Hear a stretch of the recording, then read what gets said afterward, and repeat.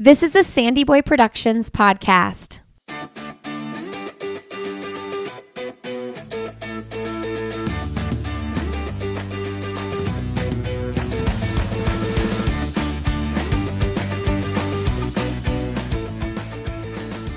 Hey everybody, welcome to All Have Another podcast with Lindsay Hine.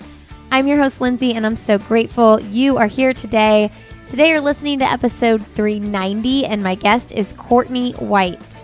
Cortney is a photographer. She loves capturing movement and emotion. She loves being outdoors, and Cortney has worked with so many brands and publications including Columbia, Lululemon, the New York Times, Women's Running, Women's Health, Coros, the Bowerman Track Club. You've probably seen a lot of her work with the Bowerman Track Club.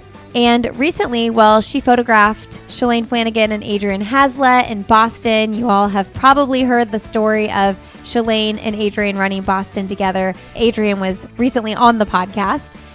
If you haven't listened to that episode, make sure you go back and check it out. Episode 378. She also got to travel with Shalane all around the world for her World Marathon Major Tour in 2021. She talks a lot about that experience in this episode, and she also shares about her own running journey, which you might find interesting. She's been through a lot, and she shares that in this podcast. All right, friends, I want to tell you about Vionic shoes. These are the most comfortable recovery shoes that every runner needs to know about. It's really easy to just throw on a pair of flip-flops in the summer, but I am telling you what, these recovery sandals are saving my feet. They're saving my arches. I particularly love the Rejuvenate Recovery Sandal, which those sandals feel so great on my feet. Vionic has great shoes for men and women, and they are so great for active recovery. They have a winning combination of supportive and cushioned layers that work together to generate this recovery. So friends, I'm so excited to have you check out these shoes and enjoy these super comfortable and supportive sandals. They also have cute sneakers as well, by the way.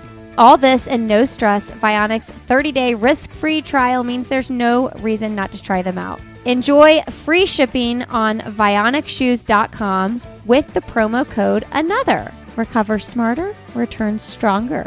Again, enjoy free shipping on vionicshoes.com with promo code ANOTHER. All right.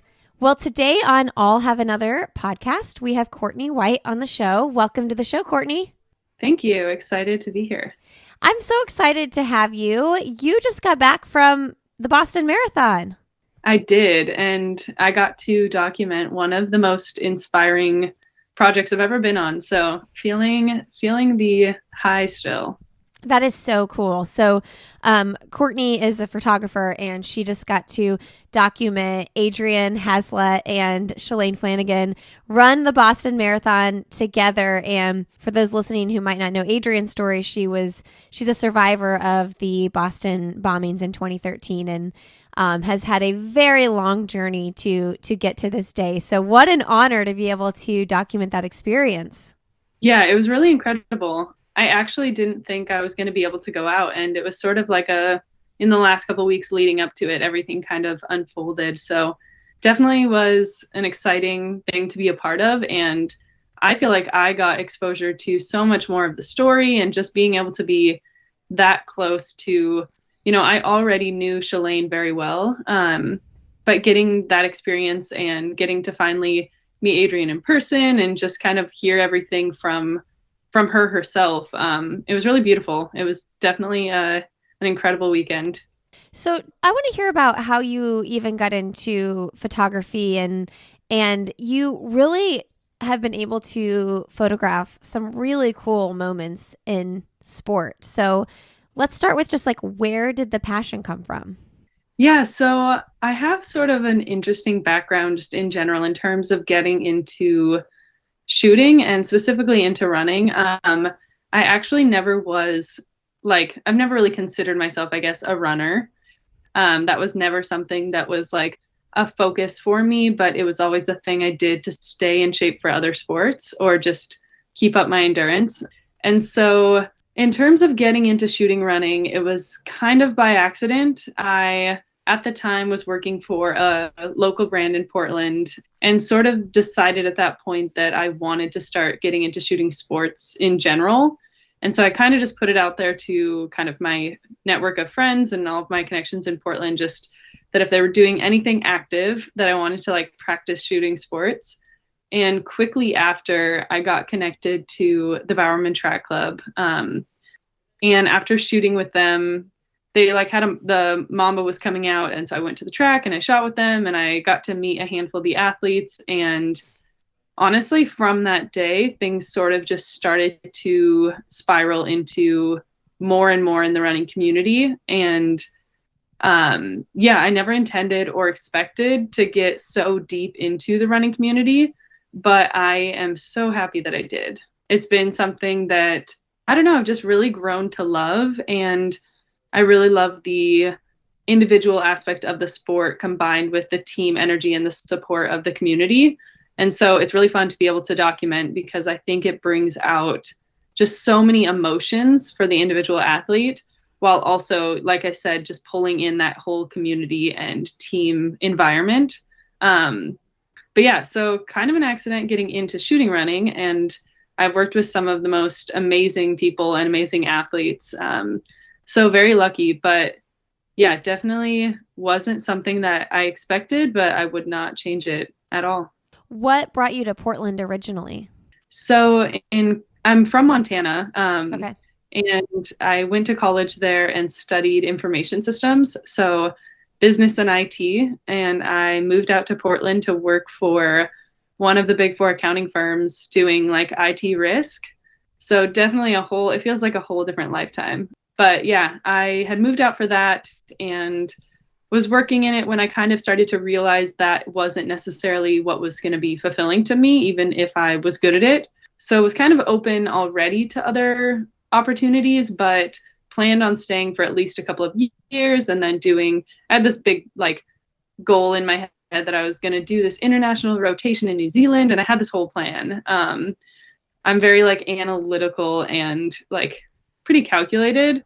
So I wouldn't have like ever expected to go down like a creative route. And so, yeah, I mean, I was working at the company and that local brand that I mentioned earlier, I would see them at local markets and all sorts of different things in Portland. They're very involved in the community. And the owner one day was like, "Hey, I know this is crazy, but would you ever consider coming to work for us?" And I was like, "That is crazy." And no. But, over the course of the next week or two, things kind of unfolded and I decided to make a huge career change. So yeah, when I started working for that brand, we didn't have a photographer. And I just sort of ended up in the role to take the photos for the company, along with many other pieces to what I was doing. And that's where I sort of decided that it was something I actually did love doing and I was pretty good at. When I started, I was terrible. I like look back and I'm like, I am so sorry. But yeah, I kind of realized that that was something I wanted to pursue, but I wanted to pursue it in a space with things I was passionate about, which was sport. What was the brand? What was the company? Did you say? It's called Portland Gear. Okay. So it's actually like a Portland apparel brand that really blew up over the course of, I don't even know how many years it's been now, but when I started, there was 3 guys working there. And so I came on as the 4th. And they've really sort of taken on the city of Portland as like, if you think about somewhere like New York and you see all the New York hats, they're branded essentially by the baseball team and everyone wears a New York hat. It doesn't matter if you're a baseball fan, people just wear the hat. And because Portland doesn't have a Major League Baseball team, there was no brand sort of branding the city. Okay. So Portland Gear has kind of become that. And if you come to Portland, I can almost guarantee that as you're walking around, you see the hats everywhere. So they've expanded into a lot of different things and they partner with tons of like nonprofits and other brands and restaurants and all of the things in Portland. But they've really become the brand that is like encapsulated the city. So if we visit Portland, is that what we buy? We have to buy one of the hats, or are we not allowed to wear it because we're not locals? No, it's definitely, that's what's really cool is that it has become, it's almost like as if you were to go to a city and you want to leave with a little piece of that city, but they're doing it in a way that isn't like touristy. So it's kind of, it's like essentially the logo is a P with the state of Oregon inside. So it's like very subtle. It's not something that's like super loud and touristy, but they're like really playing into like trends and cool pieces. So yeah. Oh, that's so cool. So, was it hard to leave? Like, when did you leave that and go to the next thing? Yeah, I think it was difficult, but I think that I had started to kind of mentally leave a little bit sooner than I physically left the company. I started to just be a little bit less, not necessarily inspired, but driven maybe. And I just kind of, I've always trusted my intuition and I kind of know when it's time to like move on to the next thing. And I had really great conversations with the guys and, you know, they knew that I was heading in that direction. So it was in 2019. So I shot with the Bowerman Track Club in, I think, February, and I was still working for the company. By April, I went to just doing photos for the company and not like no longer being a full-time employee. And then by June, I had quit completely. And so it was kind of a quick process, but sort of phased out. And I think that it was done in a way that made sense. And I was kind of ready for the next chapter. And I think that by me leaving the company, it created space for the company to change the ways they were doing things or realize like, hey, we need more people in these areas. And so it's grown a ton. I think when I left, there was still only like 5 or 6 of us. And now the company has like 20 to 30 people, like including like retail and stuff. So they've like, in the last couple of years, they've really like changed their operation. So I think that when I left, it was a good time to sort of change paces. And since leaving, I've pretty much just been nonstop with photos, which is kind of crazy, but I did know that like I needed to leave in order to allow myself the time to actually pursue photography. Because if I were to stay, I was kind of just doing it as a side thing. And I was like, I'm never going to even see if this is going to work if I don't create the time and space to like really go for it. It's so hard to make those leaps. Oh, for sure. It's like scary. Yeah, it's definitely scary. Like I said, I've always had a pretty good feeling and trusted my intuition. And there's just something that like, I don't know, it's hard to explain, but even when I left the other company, it was like, I just kept having this feeling and just kind of knowing that if I didn't do that, it's something I would look back on and, you know, question why I didn't try. And so, yeah, I wouldn't change the way I've done anything in terms of what I studied and what I did right out of college. But yeah, I've loved the path that I've taken, but I definitely think it's always worth, you know, questioning what you're doing and kind of why you're doing it. Because I think it's easy to get stuck sort of in a space where you're just doing something because it's like a habit or because it's just what you know. I think it's worth taking risks because if you do and you fail, you can always go back to what you were doing before. But if you don't take the risk, you never know if this new thing may work out. I thought it was interesting you said you were a pretty calculated person because going into this interview had pegged you as like wanderlust and, you know, I know you love to travel and things like that. So I was like surprised to hear that. Yeah, I think it's funny. I actually recently, just a couple days ago, put something on Instagram that was kind of like how, like, if you could describe me in one word, like, how do you perceive me? Oh, that's interesting to ask that question. Because I'm like reading this book that talked about like how you are perceived versus how you think you're perceived. Or like how you perceive yourself. And it was so funny because I think like a majority of the responses were like carefree and wanderlust and creative. And I'm like, I'm very analytical. I'm very much a thinker, like all of these things that are like very true to who I am, but I'm being perceived in a way, which is great. Like, I think that there's nothing wrong with that. And I think there's something to think about and consider, like, what are you doing that makes you be perceived in that way? But I do think, I definitely have a balance. I'm not those things, but I'd say if I were to have to like say which direction I am. I'm very much more on the like analytical side rather than the creative side. And I think it's harder for me. Like I definitely have to work harder to play into the creative stuff, where the analytical or more like dialed sort of things come a little bit more naturally for me. Okay, I feel that I would be scared to ask that question because even though I assume like most people are going to say kind things, I think Right. I'd be scared that like something someone said would like hurt my feelings. I know. After I did it, I was like, maybe I should have said like maybe I should have done 2 and say like, okay, now what's a word that's like a little bit more like real and less just like a kind description. Yeah, it's very funny because I'm like, no one's gonna say like something. The one negative thing they might have like 6 positive views of you, but like one negative thing that they think is annoying or something like that. I don't know. I'd be like so scared to read that, but it's so true. Like the way we perceive ourselves is different than what people on the outside looking in perceive us as. I feel that people probably think I can be like carefree, but like I'm actually really a super anxious person. But maybe people don't think that at all. I don't know. Yeah, I mean, I think it's so interesting because it's like obviously we know ourselves the best, or we spend the most time with ourselves, and we're also more critical, you know? So it's like we're pointing out maybe the things like that are like could be viewed as like negative or in that manner, but it's like people aren't necessarily perceiving that. It's like, sure, that may be a component, but that's not the first thing that they would think of. Where for us, I think we're a bit more critical. So we're like, oh my gosh, I'm this, this, and this. And we're not really thinking of the ways that we are those positive things. Okay, what's the book again that encouraged you to write that? So it's called Badass Habits or something. Oh, okay. It's that very like popular book that's yellow. You Are a Badass. It's yes, Jen Sincera, I think. Right? Yeah, so I'm probably saying her last name wrong.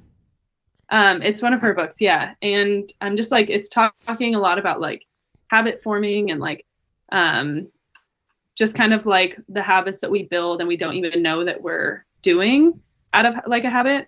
And so you kind of like throughout the book, I'm not even halfway, but throughout the book, essentially it's like a book that you consider these things as you go rather than like reading the book and then thinking about everything. Yeah. So it's like an active reading book, which I was just at the airport and I was like, I need a new book. And I'm actually really loving it. I was like, it's definitely making me think and consider things. I always want to fly through the book and get to the end. And whenever there's action, like I read the Marie Forleo book, which is, I forget what it's called, but it's very much that. Like there are action steps throughout the book. And I was like, I'm going to read it and then I'll go back and do the action steps. No, if you're going to actually say you got to do it during, or you're not going to go back. Yeah, no, there's no way I'd go back. I'm like, and even on the plane, I got to the point where you have to like start doing the actions or like thinking about things. And I was like, I'm going to read this later.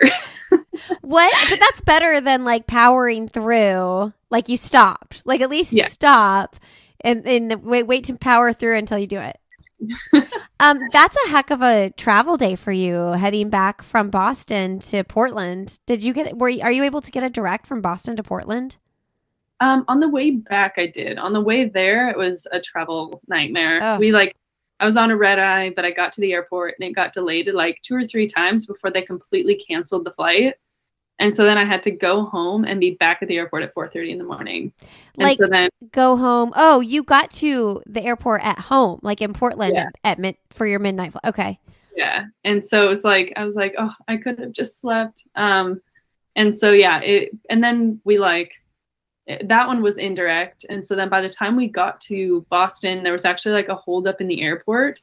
And so we had to be in like a holding area. And it was just, I was like, are we ever going to get there? But the way back was actually fine. It was a direct. And honestly, I actually just went on a trip to South Africa like 10 days ago or something. Oh my gosh. So I'm like, that was easy compared to like my travel back from Africa was 40 hours.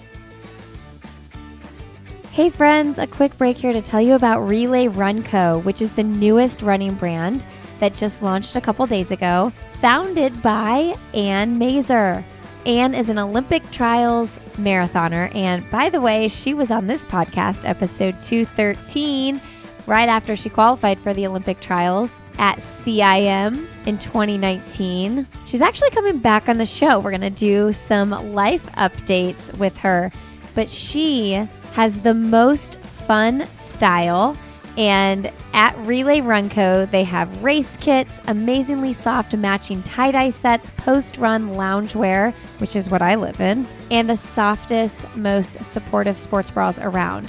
So Anne is the founder, and she is very passionate about animals. She has 3 adopted cats herself and is super excited that Relay is giving 1% of all purchases back to animal rescue.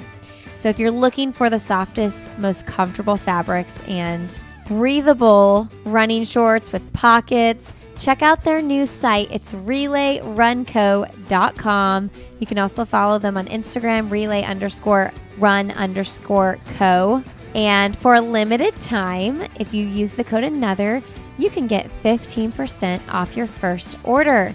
Let's go support Anne. Check out what she has over there. Use that code ANOTHER, and that'll get you 15% off. All right, back to the show. Let's talk about the Project Eclipse that you got to shoot with Shalane, because talk about traveling. You went to all of those marathon majors with her and got to shoot that whole project. How excited were you to take that on? Oh my goodness. Yeah, that was definitely like an opportunity of a lifetime. It was something that it was, I think, later in the fall that I found out that it was even a possibility.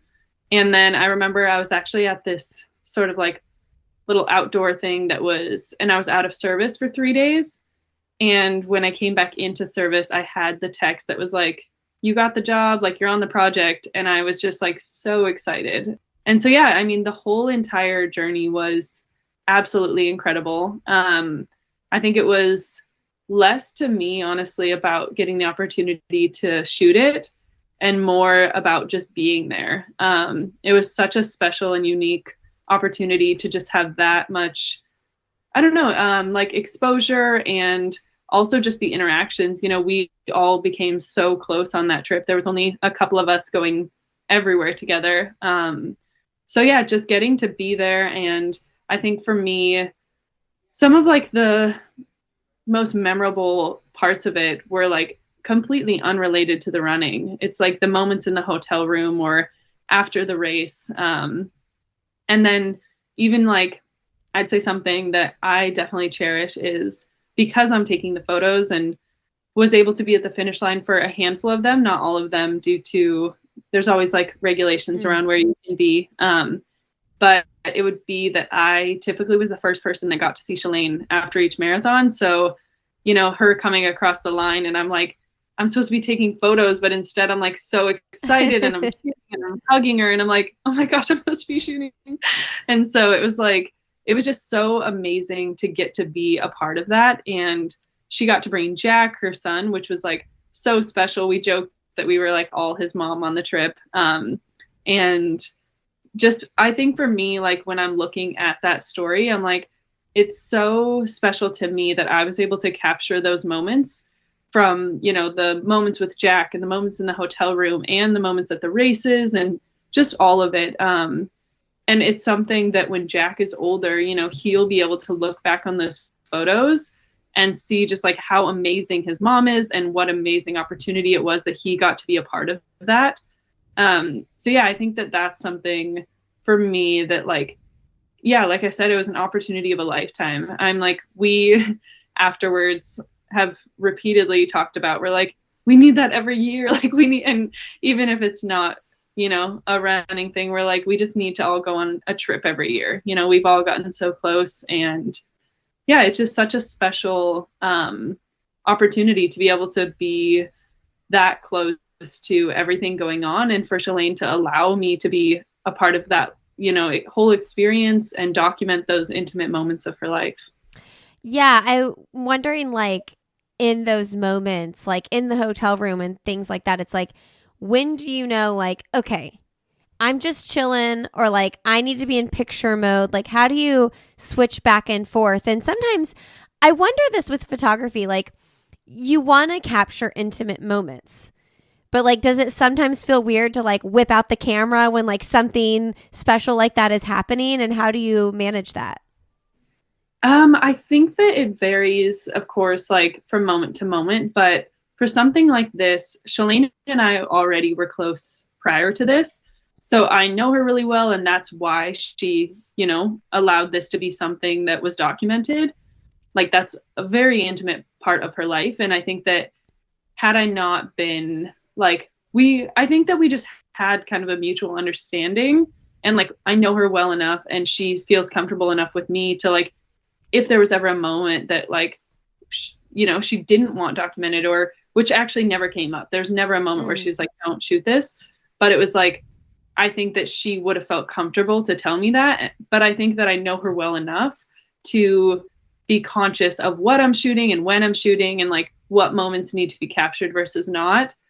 And then on top of that, I think that something that I say is sort of a strength of mine is just sort of kind of tying into that, both like sort of reading who I'm shooting and the situation, but then also like I'm pretty quick and efficient with shooting, and I don't love to replicate a moment or to like make a moment. So I think capturing things as they're happening in a very like quick manner, I'm not like, I don't need the camera out at all times. And so I think that that is something that sort of helped me where, we're in the hotel room and there are these moments, but I take the 5 shots that I want and then I just let the moment exist. I'm not just like getting every angle and moving around. And I'm like, sure, it could have been, maybe I could have gotten even better shots, but for me, that wasn't, there's other things to consider in that moment, it's like, yeah, I could have moved around and been in her face for every moment, but then that like really ruins the moment that's happening. And so, yeah, I think just considering who you're working with, what the environment is, and knowing like, okay, for the next 42 days, we're pretty much shooting every day. Like there has to be a limitation on, like what's happening, because like that can get exhausting. I think about when someone points even a phone at me and I'm like, no, don't take a picture. Yeah. So it's like, think of that every single day and every hour of the day. So yeah, just kind of being considerate of the moment. That's really interesting that you bring that up, because it's like, as a parent, I want to capture pictures of my kids, like doing everyday life stuff. And even just yesterday, I was walking through, we were on this like little trail. One of my kids was at soccer practice and I was walking through this trail with a couple of my other ones. And I was like, I want to get a picture and a video of this. And it's like, what times is it like, I don't need to get a picture or a video. I just can be in the moment. But like, will I be sad I don't have this like memory stamp? Do you know what I mean? It's like a very fine line. And we have such access to so much technology now that it's like so easy to just whip the phone out and get a picture. But like, did my kid really need a camera in his face on the middle of that trail?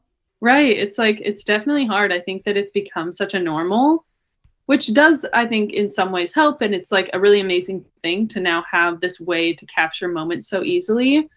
But I do like, honestly, outside of like work, I've started to really, I definitely shoot stuff on my phone. But I like, again, I try to just like take the photo and then leave it alone. Just move on.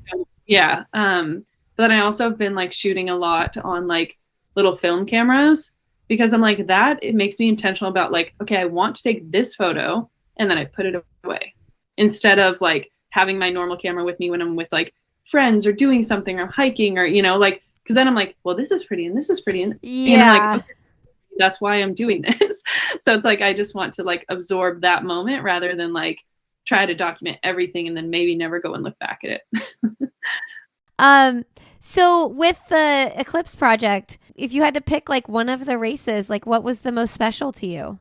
Oh my gosh, this is hard. I feel like people have asked me this and I probably have changed my answer, because I'm like, it's always changing. I'm like, oh, but this and this. Yeah. I'd say one that like, I don't know. I honestly think that being in Berlin was probably the best, just because it was the start of the trip. The energy was so high. We were all so excited. We probably had I think we did have the most time there. So we just had a lot more time to spend together, and we like got to take Jack to the zoo, and the energy was high for the marathon, and we were all really excited. We had no idea what was going to happen. So I think that is probably probably the top one for me, although every race had its unique and fun experiences. So the entire trip was, I call it a trip, but it was many trips. But the entire project was so incredible. But I'd say if I had to pick one, it's Berlin. Berlin. That's a marathon I want to run. I want to talk to you about your running, though, because you said you kind of always just ran for other sports or whatever, but I know you had a big surgery as well at some point. So talk to us about that piece of your life. Yeah. So, like I said, never really considered myself a runner. I think I actually got a bit more into running, specifically more trail running when I was in college, but it was always, again, just to kind of stay in shape for other things. But when I was in college, I was running quite a bit and ended up getting compartment syndrome in both legs, which, quick explanation, if people don't know what that is, it's kind of like there's sort of like a pressure issue in your legs where the pressure can't release. And so I was out for a run one day and I just felt my calves getting so tight. It almost initially feels sort of like shin splints, but it got to the point where I was like, okay, that's really weird. And I was on a run and it got to the point where I actually had to sit down and I was like, oh my gosh, I don't know if I can walk. Wow. They got so tight and they were you could visually see that they were very full. That's scary. Yeah. And so after sitting down for just maybe 5 to 10 minutes, I was able to get up and I just walked home and I was like, okay, that was really weird. I must have really bad shin splints. And then I kind of continued to do things. At the time I was playing on some indoor soccer teams and just generally active. I played basketball at the gym almost every day. And I just started to notice, even when I was doing other things, I was look, I remember being at a soccer game and looking at one of the guys on my team and I was like, look at my calves. Can you see this? I was like, this is crazy. I do not know what's going on. Cause they were very tight and definitely kind of swollen. And so, yeah, I ended up going to get them checked out, and you do this pressure test where they check the pressure in your leg and then you run on a treadmill till you get the pain and then they check it again. And when I did mine, the pressure was at a point where I can't remember now, but so I may be wrong if someone's listening to this, but I think it's above 30 or something like that is at a point for concern. And in a couple of my compartments, it was at 70 something. And wow. So they were we have no question that you definitely have compartment syndrome. So at that point I had to take 3 months off of all physical activity that involved my legs to try to essentially I don't know what the word would be, maybe deteriorate my calf muscles, sort of just to see if by having less calf muscle, it alleviated some of the pain. But after that amount of time, nothing had changed. And so I got surgery on both legs, which put me in a wheelchair for the start of my senior year of college, I think. And then was in obviously double boots, crutches for a while. And then I was able to get back to everything after that, including running for a handful of years. And then in 2019, in the fall, it came back. And so it's not always common that it comes back, but it is a likely chance it can. And so, yeah, it actually came back, which is so interesting to be shooting running all the time and not be able to do it. But I've been kind of off now from running for the last couple of years, and recently have been hiking and kind of running out of the trails. And I'm finding that I'm actually kind of able to do it, which sometimes if you take enough time off, it can get better. But I do want to not put myself in a place where I make it so bad that I have to get a surgery again, because at this point it's manageable. And so we've essentially decided that if I can do all of the other activities that I want to do without it causing too much limitation, then we can try to avoid another surgery, because it's super invasive and, they're cutting around a lot of very important pieces in your leg. And so it can cause a lot of nerve damage, and there's just a lot of complication with it. And I actually did have quite a bit of nerve damage in my left foot after the first one that took a while to come back. And I feel it's kind of fully back now, but it's definitely a scary surgery. so yeah, right now avoiding a second surgery, but I'm feeling, I mean, I can do pretty much anything else. I'm feeling fine hiking and biking and all the things. And like I said, I've actually been able to run just little snippets here and there, which is great. And I have to run for work sometimes. So I try to save any running for when I have to do it, or like I've just been wanting to do it when I'm on the trail. I bet. But I to like do it downhill so that the uphill isn't too much on my calves. But yeah, so definitely was a hard lifestyle change both times. But I think the second time, although it was maybe harder because it's always more difficult to be like, no, like this thing has come back. But I do think I was able to kind of mentally get around it a little bit easier, just knowing kind of like, this is what I need to do to move forward. Like I can't sit here and dwell on, the things I can't do. I need to move forward with what I can.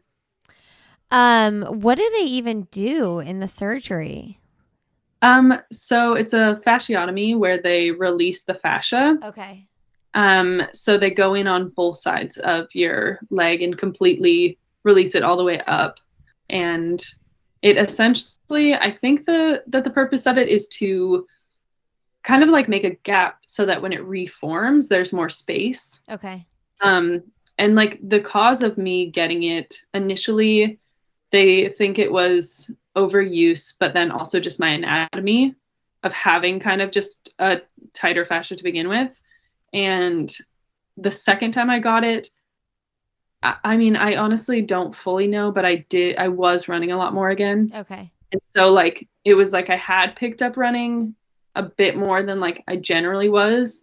And so I'm like, maybe it was just like the increase in what I was doing. So, yeah, it's definitely a bummer. There's no like direct correlation to how exactly, but yeah, it's definitely not the most ideal.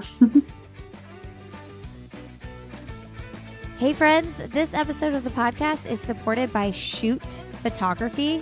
Shoot has 30-minute outdoor sessions that are free to book, absolutely free to book, no sitting fee, and you only pay for the photos you love, which by the way have a super quick turnaround time. These are perfect for family portraits, maternity, milestone birthdays, engagements, personal branding, you name it. And these are in beautiful outdoor locations operating in over 60 cities around the country. It's pretty crazy. There were like 6 locations here in Raleigh. So you all can save 15% off 5 photos or more when you use the code SANDYBOY. So go see if they're in your market. Go to shoot.com. That's SHOOT.com. See if you're in their area. They probably are since they're in 60 locations. And book your session today. And then when you get your photos back, just use the code SANDYBOY and you'll get 15% off. Let me know what you think. I hope you love it as much as I do. Our family had pictures taken a few weeks ago and it was so quick and simple and we love them.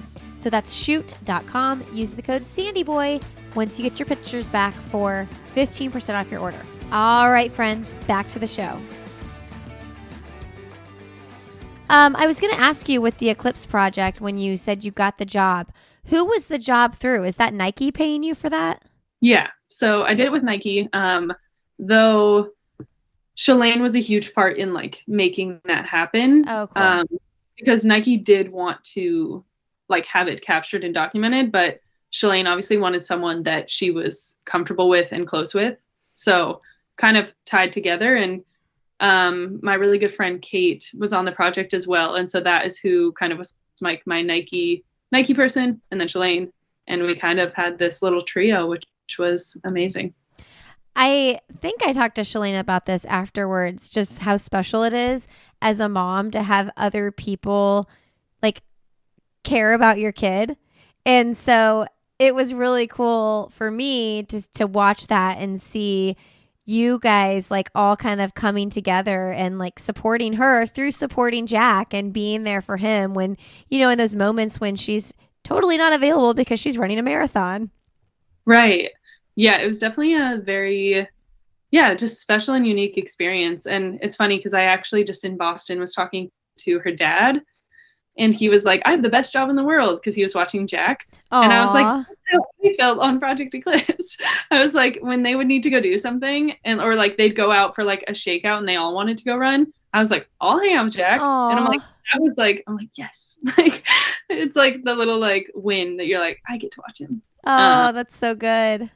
So yeah, it was like he's just the best little guy anyways, but like, it was just so fun to have that be a part of the project.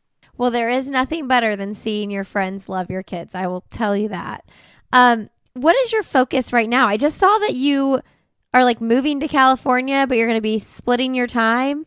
Yeah, so that was a very recent decision. I feel like people for the most part don't even know where I am anyways. And it's like living in Portland for the last couple of years. I haven't actually really lived in Portland. Because I was in my van full time up until just a handful of months ago, actually. And so now I've been like I got like a room in a place where I'm like, before that I've been in like studios, and it's like important for me to have like my space. But then for this season, I was like, okay, I don't really know what I want to do. I'm never really in Portland. So I just need to get like a little home base while I decide what I'm doing.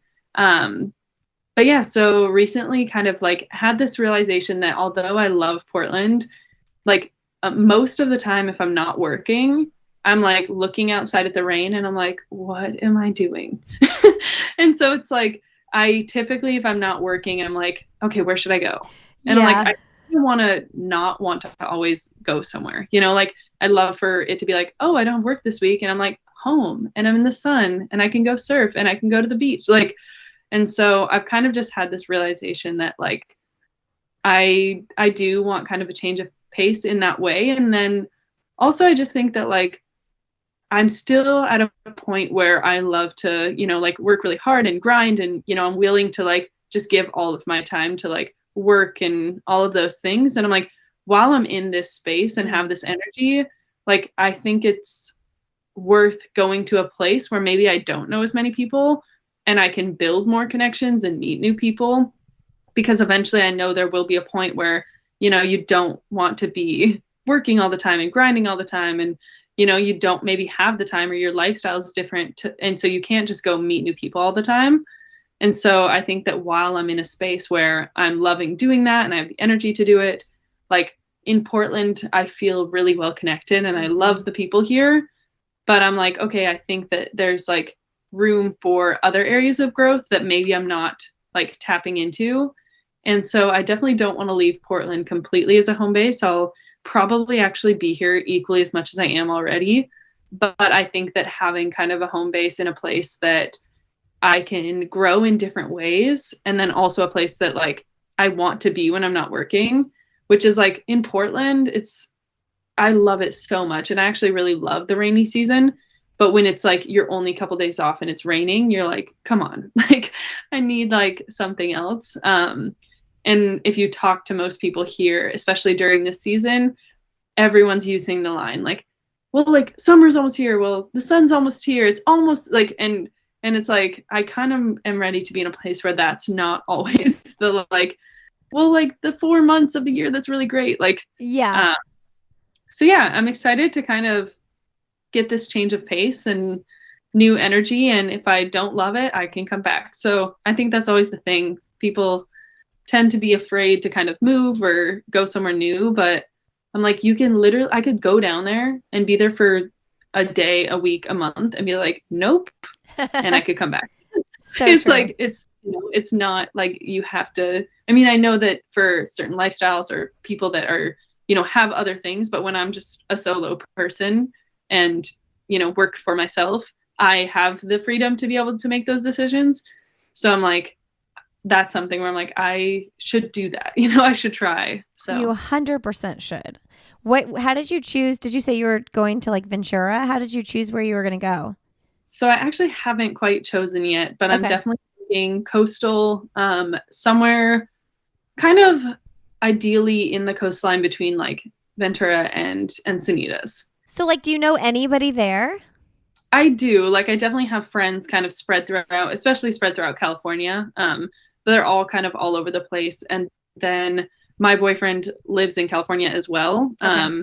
And he's actually looking to move too. I think that we'll end up in similar places, but I'm definitely making like a call to make sure that it's like a place where I'm going to feel inspired, where I'll be able to get what I need to for work, and all of those things considered, but definitely looking coastal with access to LA. So yeah, kind of still open, but I think it's a little more difficult in California where you're like, okay, I could pick this place, but maybe nothing good is going to pop up. Or if it does, it's gone in an hour. Oh, so hard. My options open for the moment.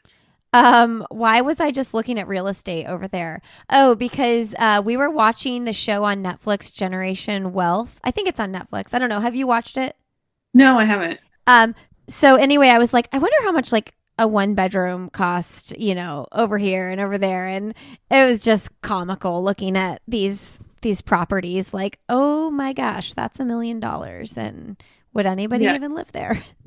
It's insane. Like even in my search, if I forget to like put a filter on. Oh, sure. Like I'm looking and there's like, for like a 1-month rental for like a 3-bedroom, like some of them are literally like $30,000 a month.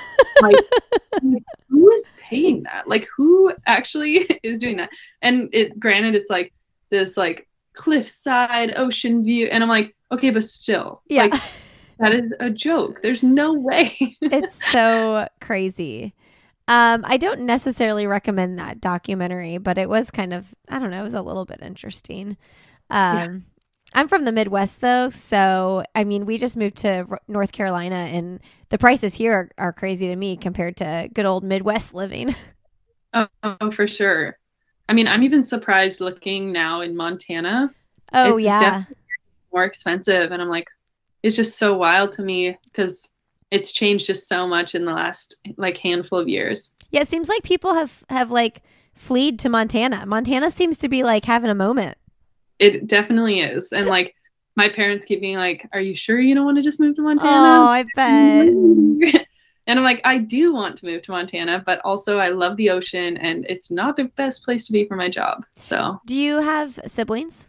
I do. I have 2 older sisters and then one of them has 2 kids. So I have 2 little nieces as well. Oh, they're all in Montana. Okay. Well, I was going to say, that's what I was saying. I'm just looking out for the parents here. Like as a parent, I'm like, I hope at least one of my kids ends up living, where we live. But as someone who has parents, I also want to live. I don't live near my parents, so like, it's like you got to do what you do. But selfishly, I hope one of my kids long term will be close. Yeah, I mean, I do feel really lucky that again, just with kind of the flexibility of me choosing my schedule, I get to go home so often. Oh, do you? You just pop home a lot? 2 days and I'm going to stay for like 7 or 8 days. So I'm like, nice. I get to go home and like, I think having my nieces now makes it even more like, I want to go even more often because they change so much so quick that I like go back and I'm like, you're getting too big. How old are they? Oh my gosh, 5 and like not even 1. Oh yeah. They're so cute. Oh, it's so good. So I'm curious as an entrepreneur in the photography business, like, how do you manage like clients and setting rates and deciding what projects to take on? And, it's kind of like sky's the limit, but you gotta like own it, right? Like you gotta really believe you're worth what you're worth. And has that been a journey getting to that point? Yeah, it definitely has. I mean, I even look back at when I started just a couple of years ago and the difference in the way that I operate, is just like so vastly different. But I think that kind of in this community, especially like if you're kind of in a niche like running, you sort of know most of the people doing the same thing. And I'd say, at least in my experience, like the community is really amazing and like really communicative. And like I have some amazing people that I kind of consult in and they consult in me, just to make sure that we're all sort of in similar like price range and, like the way we do things, just because it's easy for someone to come in and sort of lowball so that, they can start taking these projects, which I bet it's very noticeable when someone's doing it, especially for something that's more event based, like the Olympic trials or like a big, like you're like, interesting, like this person's shooting for like 10 different brands. Like there's a reason for that. And so I think that just sort of knowing people in the space that you can trust and communicate with is like really important, and it helps you get to a place where you feel confident in what you're charging or the way you're going about things or licensing terms and all of that. But definitely a process, and it's also, yeah, I mean, it's, you definitely want to trust the people that you're talking to, because it is a competitive field. And you know, although there are plenty of jobs and you want to help and encourage everyone, you also have to consider that it is your business that you're running and it needs to be successful. But there's also just kind of like a lot of really amazing like workshops and groups happening that are like for high schoolers and college kids. And like, I think speaking, like have had the opportunity to speak to some of those, and it's really amazing. Just like you kind of forget once you get into this that like there are really simple questions that like can help someone a lot. You know, like I forget that just a couple of years ago I knew nothing, you know, because you have to learn really fast and you're running your own business. So you need to kind of know what you're doing and be confident in your actions and, you know, your worth. And so I think that, you know, if you're someone who is getting into this, or you're younger, and maybe you don't have the experience, or even if you're, just if you don't have the experience, I do think it's worth just reaching out to people, and maybe they won't always be like up for giving you like the exact breakdown of how they do things. But I think there's even just simple questions that can be asked that can help you kind of have confidence in the way you're doing things, or just like ways to find information to kind of start that process. Yeah, you know, it's interesting you mentioned like someone being at a lot of events like lowballing or whatever. I'm like, I imagine if you're new, you want to just like get your name out there. And that's why sometimes you have like newer photographers offering to like, you know, do pictures for free or something like that, just so that they can get their name out there. So I'm sure what's that like being established, like knowing that that's happening and that's them just trying to like get, you know, maybe to your level. Right. I think there's definitely a balance, because I know that when I started, I definitely had to do those things, you know, like there's definitely no harm in like where you're at and maybe your experience and like needing to do some things to kind of like, not necessarily like prove value, but just, you know, have the opportunity to kind of showcase that you're capable of things. And I think that there's a big difference between that and someone who's been in the industry for 5-10 years that's doing that, you know, like, so that's where the difference is. It's like maybe we're at the Olympic trials and there's two photographers. One, it's their first time ever shooting it. They're younger or newer to the industry. One that's their 5th or 6th or 7th time shooting a major race. And they both have 10 different people they're shooting for. There's a big difference in, you know, how you maybe perceive that, because one is experienced and knows kind of like how this whole thing works, and one is trying to gain the experience. And so I do think that there's no one right or direct way to do things. And I think everyone doing kind of what they need to do to be successful in their way. But I think that it's like, I think there, like I said, there's nothing really wrong, I guess, with either. It's kind of like maybe the person who is lowballing isn't going to get the clients that need like highly delivered work, because if you're shooting for that many people, you can't focus on the couple people that maybe a brand would choose to hire just you, and you're limited to that project. So, you know, there's variation in all of it, and there's no right or wrong way necessarily. But I do think talking to people in the community that you're shooting is like very important, just because you want to, I mean, it's important to build connections, and it's great to be able to have those conversations so that you don't feel alone, even if you're not experienced, or if you're experienced but want to charge less. I think talking to people in the community regardless is like very beneficial, just because you get those friendships and the connections. And, you know, if you are at a race and you know, like there's been instances where maybe I'm at like a major race and 2 events are happening at once, and I really need an athlete. And I'm like, hey, so-and-so, like, if you're shooting this, can you please try to get this? Oh, and then that's I'll good. get with the client that like, I just couldn't be in the 2 places. So they'll come to you for those photos. Oh, that's so nice. Yeah, it's like you want to build relationships and have that trust that you can like work with the people around you. That's so nice. As like in the podcasting industry, I kind of feel the same way. Like I have several people that I'm in communication with, and we've talked about like advertising prices and stuff like that, just because it's good to know like a ballpark of what other people are doing, because it helps you like set your prices and things like that, and know if you're being fair or know if you're selling yourself short. I mean, I think that that's a big thing that, some other people in the industry have helped me know that like I don't need to sell myself short on things like that. Yeah, exactly. So now when I ask athletes who are on my show for a picture to promo, I'm always like, can you give me a picture that you have the rights to? Tell me about that as the photographers, because oftentimes I need to put an image up on like Instagram stories. And so I always use that verbiage, and I never know if the athlete truly knows what I mean by like, you have the rights to this. Like you've either purchased the picture or the photographer has said like, do whatever you want with it. So as the photographer, give me your like thoughts. Yeah. Honestly, I would say in my experience, I'm going to say 95% of the athletes don't have the rights to the image. See, that's what I figure. But that being said, like for my relationship, specifically with the Bowerman Track Club athletes, I think we kind of have like a good enough relationship where we've communicated, and they sort of know that when someone comes to them for an image, depending on like the route that the image is going to go, either like, honestly, most of them still reach out to me and they're like, hey, like doing this podcast, can I use the photo? And I'm okay. like, okay. So like most of them just ask me. And so we're on kind of a good basis with that, because I think you run into the issue where like, if they don't know, and it's maybe actually someone like a major news outlet or right. If you're going on the New York Times, like we need to talk about this. Right. So it's like, I think we've just kind of built this standard that most of them ask, or specific ones that like get featured on a lot of that kind of stuff.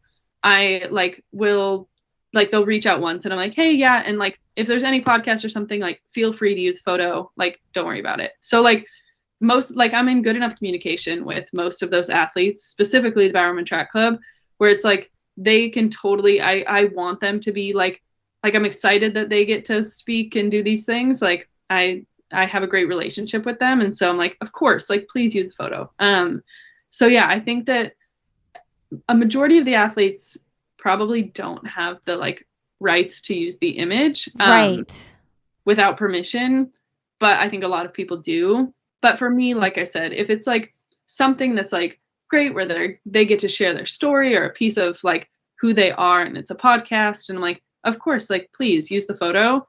But then if it's something where it's like, okay, this is going to be in print or in a major news outlet, or I'm like, well, like, why don't you send them directly to me and we can discuss how they're using the photo? That's what I was going to say. Would you prefer the podcaster to reach out to you directly? I don't think so. Just because I think that, like, I just know that everyone has busy lives, you know, and to have to include that step is like, for me personally, I don't necessarily need it. Other photographers may feel differently about that, but I would say like, I have a good enough relationship with most of the athletes that have images that I've sent them to where they ask me anyways, you know? So it's like, I feel pretty comfortable with the way that, like my relationship works with them, but I can't speak for every photographer. Maybe that's, you know, there's probably people who've been burned a little bit more, sure. or it's like, I've been really lucky to have great experiences. So maybe if like some instances happened that were like negative, then I'd maybe be like, like, let's just start having the, you know, podcaster reach out directly. But for me, I'm like, I've had really great experiences. I have worked with really amazing people. So I feel confident that, you know, people with understanding, like, try to like think about those things. Cause like, I just basically told the athletes, I was like, hey, like, just so you know, like, here's sort of the expectation. And they've all been like, oh, perfect. Yeah, that all sounds good. So okay, that's smart. I'm always like so nervous about it because I use the verbiage, but then I don't want to like take advantage of the photographer either. I'm usually just putting in my stories, but also sometimes I'm like, just send me a picture that like your boyfriend took of you. Yeah. I mean, and again, mine may be a little different just because I work with the Bowerman Track. Like you have a relationship. Exactly. So it's like, that's sort of like the images I take of them are supposed to be to enhance them. So it's like, I feel like maybe if it's just like a photographer who has no relationship with the athlete, that may be a different totally instance. different. You know, Yeah. like you need to pay for it, or, you know, like, where it's like, I've already established a relationship and likely been like, there's already been an agreement on that. So it's like, yeah, it's a little bit different for me, I'd say. So then I guess it's like for people like me, it's like get to know the industry, get to know what photographers are doing what and like who has relationships with who. I guess, I mean, that's the homework that I think we need to do then. Right. And it's actually not as like, I mean, I guess it's hard because I'm in it every day, so I know it very well. But you start to kind of know, like at least I do, I kind of know which photographers kind of work with which brands and teams consistently, where of course we all overlap in ways, but there's definitely like, you know, like this photographer is like primarily shooting with like Tracksmith and Puma, and like, you know, you just kind of know who's shooting with what athletes. So yeah, it's definitely like something that isn't actually as complicated, I think, as it may seem. Because like once you have like, okay, these 10 photographers are kind of shooting most of what's happening in the running scene, who are they working with? Yeah. Okay. Good to know. Good to know. All right, Cortney. What's your next project? Oh my gosh. Oh, well, I'm going home. I'm shooting for a kind of like a random thing tomorrow. It's outside of sports, which is not always common for me. So I have a project tomorrow shooting for actually a whiskey brand. Okay. In Portland. So it's very, very different. But then I'd say like the next bigger project is after I go home, I'm headed out to altitude camp with the Bowerman Track Club for like 8 days or so. Okay. So that's kind of the next upcoming thing for me. What if someone was like, I want you to shoot my wedding? Would you ever do that kind of photography? I kind of have always stayed away from that kind of stuff, but I actually shot Chris Derrick's wedding this December. And when I was there, a couple of the athletes were like, wait, this should be what you do. Like athletes, but then you also shoot their weddings. And I mean, I had such a fun time, and it's actually kind of similar to shooting sports because you're kind of documenting everything that's happening. Mm-hmm. But I'd say I'd lean more still away from it unless it was like someone I knew or like really wanted me to be there. But I don't think I'd ever like pursue anything in that realm. I think there's people who do an amazing job at it, and that's not necessarily something I'm like, oh, I'm so good at this. I can imagine there are some really bad horror stories of like brides that people have to deal with, and like mother-in-laws, and I don't know, I'm giving women a bad rap here, but like I imagine there are some very high expectations that some of these people expect, and yeah, that would be a lot of pressure. Oh yeah, for sure. I mean, there's so much pressure on that day that I'm like, I am good to just attend weddings. Yeah. I'll snap a couple pictures for you and see if any of them turn out. But I'm the guest. Okay, what's something professionally or personally that you would like to do that you haven't done yet? There's so many things. I feel like I'm always kind of thinking of like dreaming up, you know, bigger goals. But something I think that I like really want to dive a little more into actually is basketball. So I really want to work with like some NBA players and NBA teams. So that's definitely a big goal that I just haven't even like really tried to get into it. And so it's like, I definitely need to start the process for that to be something that even can begin to unfold. But yeah, I'd say that that's kind of one. Or on the more personal side, I'd say one of the next big trips I want to do is like a big like Scandinavian trip. So hitting kind of all the Scandinavian countries and doing a lot of hiking and potentially cycling. So yeah, I'd say those are a couple of the goals. So she's wanderlust, but she's calculated wanderlust. Like the Scandinavian trip will be planned. Yes. In a very organized way. That's so fun. I think the NBA thing would be cool. It's fun to like dive into the other sports. And I think that being so in with running and having that resume that you do will be so helpful. Yeah, for sure. What's the most recent book you've read? I think it's the book I'm reading right now. So I'm not even finished it yet, but I'm like, yeah, I don't know. I'm really liking it. I feel like there's very tangible points to think about. So yeah, I'd say that. And then something that I kind of reread like at least yearly or just intermittently when I don't have a book is The Alchemist. I think that that's a great book, and I think it's something that, every time you read it, you kind of get different things out of it, because it kind of like plays into where you're at in life and just makes you think about things in a different way. So I'd say those two are kind of the top of mind. Somebody just shared that book recently. I've read it, but it's been a really long time. I think I've said this a million times on this podcast. I need to revisit it. Because it's definitely a highly recommended one. Okay, 2 more questions. If you could have coffee, tea, or cocktail with someone fun, motivating, or inspiring, who would it be? Honestly, maybe Ellen DeGeneres. What's Ellen up to? She's still got her show on the air? I know. I literally don't even know, but I feel like her energy is very like high and contagious. So it'd be fun. It'd be a fun conversation. That or Don't Judge Me, but Harry Styles. Don't know if you saw him on all the photos coming out recently, but I'm like, I would definitely sit down and have a coffee, cocktail, and tea. All 3, please. Oh, that's good. I haven't seen the photos, but I'm going to Google them now. What is your last message to leave with the audience today? I'd say just don't take anything too seriously, and don't forget to have fun with what you're doing.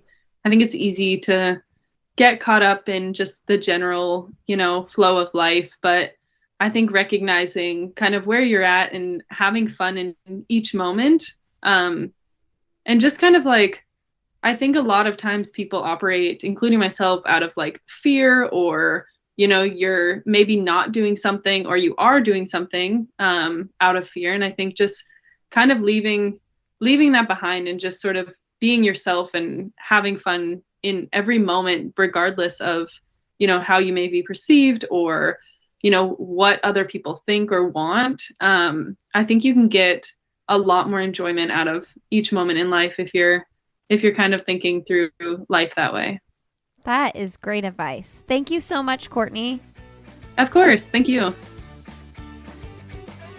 All right, friends. Thanks so much for being here today. Thank you, Cortney, for coming on the show, sharing your work and love of the sport and photography with us. You all can follow Cortney on Instagram. She's Cortney, Cortney, White_ over there. Her website is CourtneyWhite.com. Make sure you check out our sponsors of this episode, Vionic Shoes. Those recovery shoes are so comfortable. Shoot Photography. Get your Christmas cards booked, friends, or whatever cards you want to book. Super inexpensive way to do that. And Ann Mazer. I'm so excited for her new company that she's rebranded. She is a running and yoga guru, and she's got an eye for some really cute apparel. Relay Run Co. is the new company. RelayRunCo.com. Check it out. Links to all the discount codes and everything we talked about will be in the show notes. SandyBoyProductions.com is our website. You can sign up for our newsletter there. You all can follow me on social media. I am Lindsay Hine 626 on Instagram, at Lindsay Hine on Twitter. And you can follow this production company, Sandy Boy Productions. All shows edited by the wonderful Emma Benner at SandyBoyProductions.com, as well as our Instagram, Sandy Boy Productions.